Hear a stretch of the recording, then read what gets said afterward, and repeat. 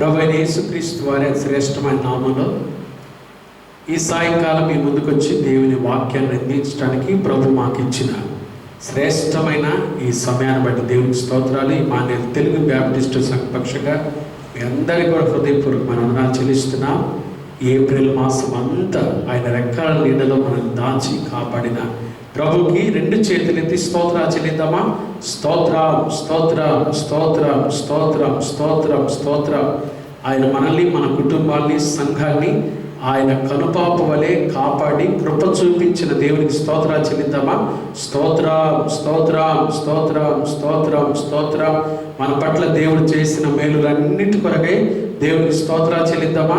స్తోత్రం, స్తోత్రం, స్తోత్రం. ప్రతి విధమైన కీడు అపాయాలు తప్పించి సురక్షితంగా ఆయన మనల్ని దాచి కాపాడినందుకై ఆయనకి స్తోత్రాలు చెల్లిద్దామా? స్తోత్రం, స్తోత్రం, స్తోత్రం, స్తోత్రం. God bless you. దేవుడు దీవించుగాక. నిజంగా ఈ మాసం అంతా ఎన్నో సమస్యలు, బయట ఎన్నో పరిస్థితులున్న రెడ్ జోన్లు, డార్క్ రెడ్ జోన్లు అని బయట పరిస్థితులు, వార్తలు వినబడుతున్నా ప్రభువే ఆయన సురక్షితంగా మనల్ని కాపాడాడు. నిజంగా ఆయన ప్రేమకు మనం ఏమిచ్చి ఆయన రుణం తీర్చుకోగలమండి? ఆయన ఎంత గొప్ప దేవుడు, మనల్ని ప్రేమిస్తున్నాడు. కాబట్టి కృతజ్ఞులమై జీవిద్దాం. ఈరోజు కార్యక్రమాన్ని ప్రారంభించుకున్నాం, ప్రార్థన చేసుకున్నామండి. దయచేసి అందరూ ప్రార్థనకి భవించండి. పరిశుద్ధుడు అయిన మా తండ్రి, దయగల దేవ, ప్రేమ స్వరూపి, మీకు స్తోత్రాలయ్యా. ప్రతి దినం మీ సన్నిధిలోకి వచ్చి మీ మాటలు వినటానికి మాకు ఇస్తున్న అవకాశాన్ని బట్టి స్తోత్రాలు అయ్యా. ఏప్రిల్ మాసం అంతా మీ రెక్కల నీడలో మమ్మల్ని దాచి కాపాడి సురక్షితంగా నాయనా అయ్యా, ఇంతవరకు కూడా మడల చేసిన ప్రతి మేలు కొరకై మీకు వందనాలు, స్తుతులు, స్తోత్రాలు చెల్లిస్తున్నాం. మీ సన్నిధిని ప్రేమించి ఆసక్తితో ప్రభా యూట్యూబ్ కార్యక్రమాలను జాగ్రత్తగా చూస్తూ దీవించబడుతున్న ప్రతి కుటుంబాన్ని మీరు ఆశీర్వదించండి. ఇంకా ఈ ఆసక్తి అనేకులు మీరు పుట్టించండి అయ్యా. వస్తున్న ఈ వాక్యాన్ని ప్రతి ఒక్కరూ సద్వినియోగం చేసుకుంటూ సహాయం దయచేయండి. ఈ సాయంకాలం, ఈ సమయము, ఈ వాక్యము, ఈ యొక్క ప్రార్థన సమయం మాకెంతో ఆశీర్వాదకరముగా చేసి ఘనత, మహిమ, ప్రభావములు మీరు మాత్రమే పొందమని యేసయ్య శక్తి గల నామమున ప్రార్థిస్తున్నాము తండ్రి. ఆమేన్, ఆమేన్. God bless you. ఓ పాట పాడుకుందాం అందరం కలిసి. దైవస్తుతి కీర్తనల పాటల పుస్తకం నుంచి మనందరికీ చాలా సుపరిచితమైన కీర్తన 29వ కీర్తన, క్రీస్తులో ఐక్యత కోరుదమా అనే కీర్తన. నాతో కలిసి పాడండి. ప్రభువు మీ అందరినీ ఆశీర్వదించుగాక. ఆమేన్. క్రీస్తులో ఐక్యత కోరుదమా, ఆత్మయందే సహవాసము కోరుదమా, ఆదరణ ప్రోత్సాహం వాత్సల్యం దయ ప్రేమలు చూపెదమా, క్రీస్తుని మనసుతో, క్రీస్తుని మనసుతో నిరతం మనసులు కలిసిన ప్రేమతో, మమతలు విరిసిన మనసులతో, మనసులు కలిసిన ప్రేమతో, మమతలు విరిసిన మనసులతో, మనలంతా ఒకే పాట, మనమంతా ఒకే మాట, మనదంతా ఒకే పాట, మనమంతా ఒకే మాట. క్రీస్తులో ఐక్యత కోరుదమా, ఆత్మయందే సహవాసము కోరుదమా. అధికులమనివు పొంగక అల్పులమని మది కృంగక. అధికులమనివు పొంగక అల్పులమని మది కృంగక. అందరితో సహవాసం అందరితో సమాధానం. అందరితో సహవాసం అందరితో సమాధానం. క్రీస్తులో ఐక్యతకు కృదమా. ఆత్మయందే సహవాసం కోరుదమా. తన పరభేదము విడిచెదము. తనువును ప్రభుగా పీల్చెదము. తన పరభేదము విడిచెదము. తనువును ప్రభుగా పీల్చెదము. మన కొరకై ప్రభు వచ్చే.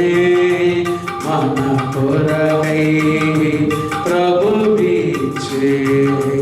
మన కొరకై ప్రభు వచ్చే. మన కొరకై ప్రభు వీచే. క్రీస్తులో ఐక్యత కోరుదమా. ఆత్మయందే సహవాసము కోరుదమా. ఆదరణ ప్రోత్సాహం వాత్సల్యం దయా ప్రేమలు చూపెదమా. క్రీస్తుని పాడాలి, మనసుతో పాడాలి. క్రీస్తుని మనసుతో నిరతం. దేవునికే స్తుతి స్తోత్రాలు కలుగుగాక. ఆమేన్. ఈరోజు మన ధ్యానం కొరకు సామెతల గ్రంథం 30వ అధ్యాయం. సామెతల గ్రంథము 30వ అధ్యాయము 11 నుంచి 14 వరకున్న వచ్చిన భాగాలు నేను చదువుతాను. చక్కగా మీరు రాసుకోండి. దీవించబడాలి. మనం ఈ ధ్యానాల ద్వారా దేవునికి దగ్గరగా జీవించాలి. మనం దేవుని ద్వారా దీవించబడాలి. సామెతల గ్రంథం 30వ అధ్యాయం 11వ వచనం నుంచి 14 దాకా నేను చదువుతున్నాను. తమ తండ్రిని శపించుచు తల్లిని దీవించని తరము కలదు. తమ దృష్టికి తాము శుద్ధులై తమ మాలిన్యము నుండి కడుగబడని వారి తరము కలదు. కన్నులు నెత్తికి వచ్చిన వారి తరము కలదు. వారి కనురెప్పలు ఎంత పైకెత్తబడి ఉన్నవి. 14 వచనం. దేశంలో ఉండకుండా వారు దరిద్రులను మృంగునట్లును మనుష్యులలో ఉండకుండా బీదలను నశింపచేయునట్లును ఖడ్గము వంటి పళ్ళును కత్తుల వంటి దవడ పళ్ళును గలవారి తరము కలదు. తరము కలదు, తరము కలదు, తరము కలదు. ఒక నాలుగు తరాలు లేదా 4 మాటలు ఈరోజు నేను మీకు జ్ఞాపించాలని ఇష్టపడుతున్నాను. మన ధ్యానం పేరు టాపిక్ అంత్య దినముల యందు క్రియ చేయు ఆత్మలు. మనం నివసిస్తున్న ఈ దినాలు చాలా కడవరి దినాలు కదా. నో డౌట్, ఇక ఏ సందేహం లేదు. యేసు ప్రభు ఏ సమయంలోనైనా రావచ్చు. కడవరి దినాల్లో ఉన్నాం మనం, ఆఖరి దినాల్లో ఉన్నాం. అందుకనే అంత్య దినాలు, last days, we are in the last days. మనము ఆఖరి దినాల్లో ఉన్నాం. ఈ దినాల్లో మనుషులు ఎలా ఉంటారు అని చెప్పడానికి ఈ 4 విషయాలు మనం మన కళ్ళ ముందే చూస్తున్నాం. ఈ 4 విషయాలు. అందుకని ఈరోజు ఒక 4 విషయాలు. ఈ ఆఖరి దినాల్లో మనుషులు ఎలా ఉంటారు, కుటుంబాలు ఎలా ఉంటాయి, సంఘాలు ఎలా ఉంటాయి, మనం ఎలా ఉంటాము. 1 ఎలా ఉంటాము చూడండి. సామెతల గ్రంథం 30:11 మొదటి తరం తమ తండ్రిని శపించుచు తల్లిని దీవించని తరము కలదు. దీనికి నేను పెట్టిన మాట ఏంటంటే ఎదిరించే ఆత్మ. తల్లిదండ్రులను ఎదిరించే పిల్లలు లేకపోలేదు. ఏం చేస్తారంటే వీళ్ళు తండ్రిని శపిస్తారంట, తల్లిని దీవించరంటే ఇష్టం వచ్చినట్టు మాట్లాడతారు. చాలామంది పిల్లలు ఈ రోజుల్లో తల్లిదండ్రులను ఇష్టం వచ్చినట్లుగా మాట్లాడే పిల్లలు ఉన్నారు. అందుకనే వీరికి నేను పెట్టిన మాట ఏంటంటే ఎదిరించే ఆత్మ. ఎదిరిస్తారు తల్లిదండ్రులు ఎదిరిస్తారు. దేవుడు ఒక మంచి తల్లిదండ్రులు ఇస్తే బైబిల్ ఏం చెప్తుందంటే నీవు భూమి మీద దీర్ఘాయుష్మంతుడు వగునట్లు నీ తల్లిని తండ్రిని సన్మానించాలి. అంటే మీరు విరోధులు అయిపోతారు. తల్లిదండ్రులకు విరోధులుగా. సన్మానం కాదు కదా, ఇక వారిని ప్రేమించడం కాదు కదా, వారికి ఎదిరిస్తారు. చూడండి చాలామంది పిల్లలు. అందుకని పౌలు కూడా తిమోతికి రాసిన 2వ పత్రిక 3వ అధ్యాయం, అపోస్టల్ పౌలు తిమోతికి రాసిన 2వ పత్రిక 3వ అధ్యాయంలో మొదటి 4 వచనాలు చదువుతున్నాను. అంత్య దినములలో అపాయకరమైన కాలములు వచ్చునని తెలుసుకొనుము. ఎలాగనగా మనుషులు స్వార్థప్రియులు, ధనాపేక్షలు, బెంకములాడువారు, అహంకారులు, దూషకులు, తల్లి తండ్రులకు అవిధేయులు, కృతజ్ఞత లేనివారు. చూసారా? తల్లిదండ్రులకు అవిధేయులు, కృతజ్ఞత లేనివారు. తల్లిదండ్రుల పట్ల ఏమాత్రం కృతజ్ఞత లేనివారు. అరే వీళ్ళు నా తల్లి నా తండ్రి నాకు జన్మనిచ్చారు, నన్ను ప్రేమించి పోషించి ఇంత పెద్దవాడిని చేశారు, నా కొరకు కాయ కష్టం చేశారు, నన్ను ఇంత పెద్దవాడిని చేసింది వారే. చూసారా ఎంత విచారకరమైన విషయం. అవన్నీ మర్చిపోయి కృతజ్ఞత లేని వారి తరం. తల్లిదండ్రులకు ఎదిరించే ఆత్మ. పిల్లలు జాగ్రత్త. ఈ మాటలు వింటున్న మీరు ఒకవేళ తల్లిదండ్రులు ఎదిరిస్తున్నారేమో, తల్లిదండ్రులకు ఎదురు మాట్లాడుతున్నారేమో, ప్రతి విషయంలో తల్లిదండ్రుల మనస్సాక్షిని గద్దిస్తున్నారేమో, వారు కృంగిపోయే మాటలు మాట్లాడుతున్నారేమో, వారు ఆఖరికి ఏం చేసుకోవాలో తెలియక ఆత్మహత్యలు చేసుకోవాలని తిరుగుతున్నారు చాలామంది తల్లిదండ్రులు. లేకపోలేదు. జాగ్రత్త. దాని ద్వారా ఏమైందో తెలుసా? ఒక 2 మాటలు చెప్తున్నాను మీరు చూడండి. సామెతల గ్రంథము 30వ అధ్యాయం. ఇట్లా పిల్లలు తల్లిదండ్రులకు విరోధులుగా వ్యతిరేకంగా తయారైతే చూడండి ఎలా ఉంటుందో. సామెతల గ్రంథం 30వ అధ్యాయం 17వ వాక్యం నేను చదువుతున్నాను. తండ్రిని అపహసించి తల్లి మాట విననొల్లని వాని కన్ను లోయకాకులు పీకును, పక్షిరాజు పిల్లలు దానిని తినును. బాగా గుర్తుపెట్టుకోండి. తండ్రిని అపహసించి తల్లి మాట విననొల్లని వాని కన్ను లోయకాకులు రెడీగా ఉన్నాయి. జాగ్రత్త. పరిస్థితులు తెచ్చుకోబాకండి. ఈ సాయంకాలం ఈ మాటలు వింటున్న నీవు తల్లిదండ్రులకు అవిధేయుడుగా ఉన్నట్లయితే ప్రభు నీతో మాట్లాడుతున్నాను. జాగ్రత్త. ప్రవర్తన సరి చేసుకోవాలి. ఆఖరి దినాల్లో ఉన్న తల్లిదండ్రులు ప్రేమించాలి, వారి గద్దింపును స్వీకరించాలి. తల్లిదండ్రులు మంచి కోసమే కదండి చెప్పేది, మంచి కోసమేగా చెప్పేది. యేసు ప్రభు వారి లోకంలో ఉన్నప్పుడు తల్లిదండ్రులకు లోబడి ఉన్నాడు. ఆయన గురించి చాలా గొప్ప సాక్ష్యం ఉందండి. మరి ఎందుకు పిల్లలు ఈ రోజుల్లో అవన్నీ తెలుసుకోలేకపోతున్నారు?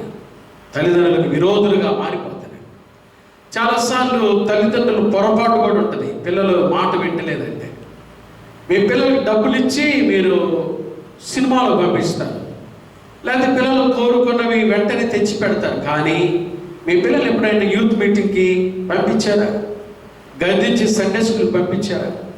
చాలామందికి తల్లిదండ్రులకి క్రమశిక్షణ లేదు, ఆధ్యాత్మిక జీవిత క్రమశిక్షణ లేదు. అందువల్ల వాళ్ళ పిల్లలు కూడా విరోధులుగా తయారైపోతారు. జాగ్రత్త. ఒకవేళ పిల్లలు తల్లిదండ్రులు సరి చేసుకున్నారు. ఆఖరి దినాలు ఎదిరించే ఆత్మ. ఈ రోజుల్లో చాలామంది పిల్లలు ఎదిరించే ఆత్మతో ఉన్నారు.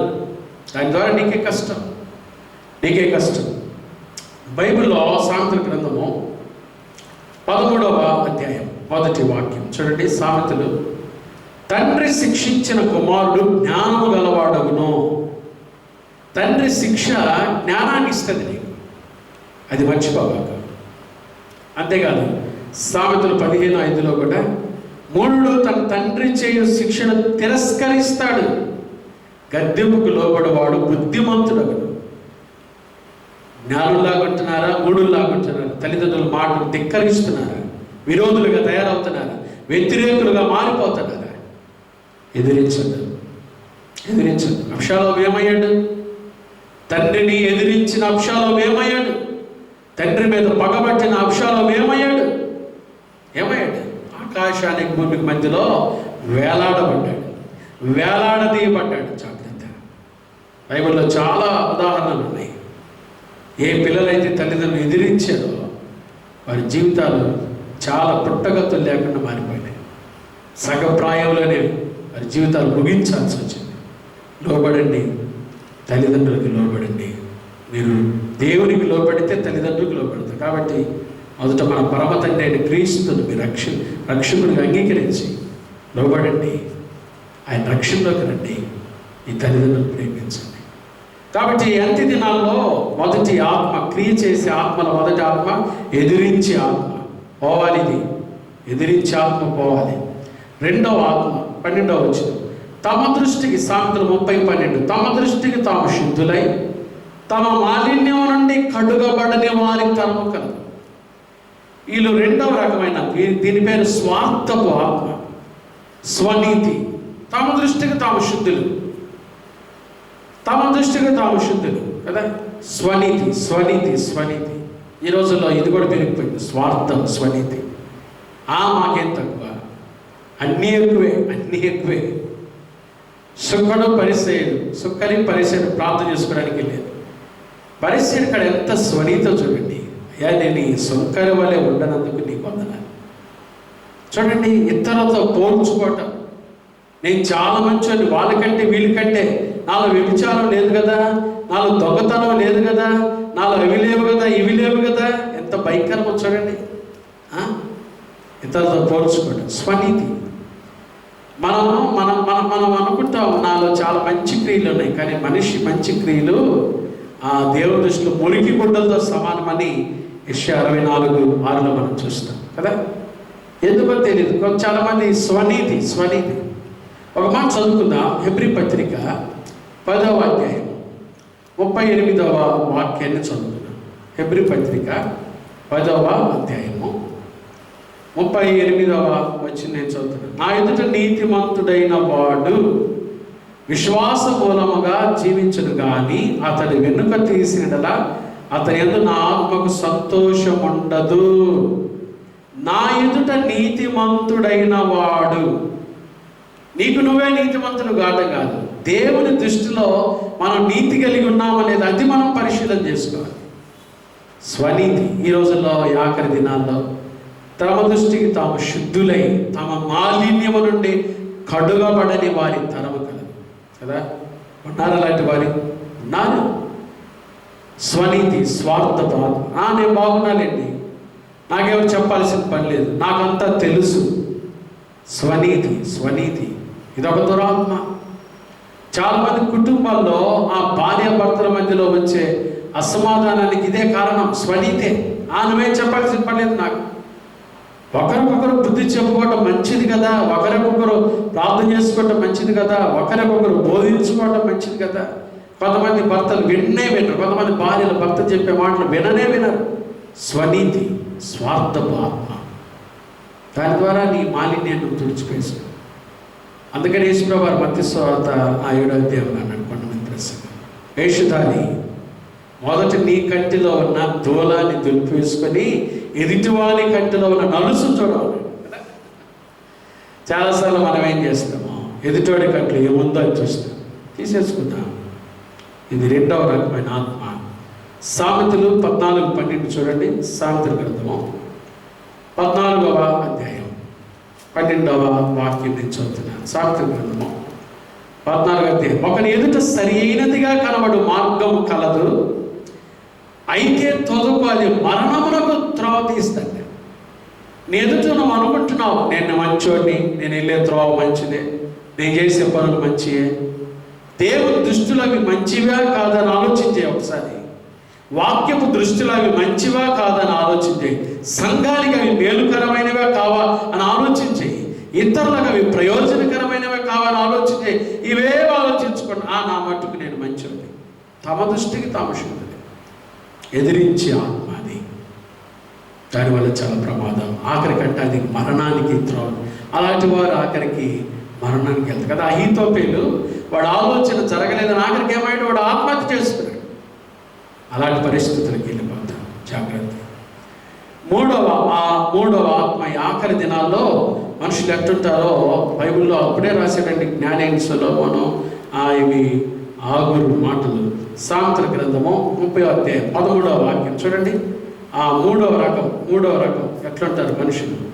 సామెతలు 30వ అధ్యాయము 10. కన్నులు నెత్తికి వచ్చిన వారి తరము కలదు, వారి కనురెప్పలు ఎంత పైకెత్తబడి ఉన్నవి. చాలాసార్లు అంటా కదా, రే వీడి కన్నులు నెత్తి మీదకి వచ్చినాయి, వీడి కన్నులు. కారణం గర్విష్ఠులు. కొంతమంది ఈ రోజుల్లో వారి విద్యను బట్టి గర్వించేవారు ఉన్నారు, నైపుణ్యతను బట్టి గర్వించేవారు ఉన్నారు, డబ్బును బట్టి. ఇక డబ్బుంటే ఇంక అసలు వారు మాట్లాడే మాటలు చెప్పనసఖ్యమైన మాటలు. ఏమండి, ఇటలీ దేశంలో డబ్బులు మూటలు కట్టలు బయటపడేసారంటే మన కరోనా వచ్చి. ఉగ్రత దినవంత ఆశ దగ్గరకు రాదు. నీ డబ్బు నీ బ్యాంక్ బ్యాలెన్స్ చూసుకుని అతిశయిస్తున్నావేమో.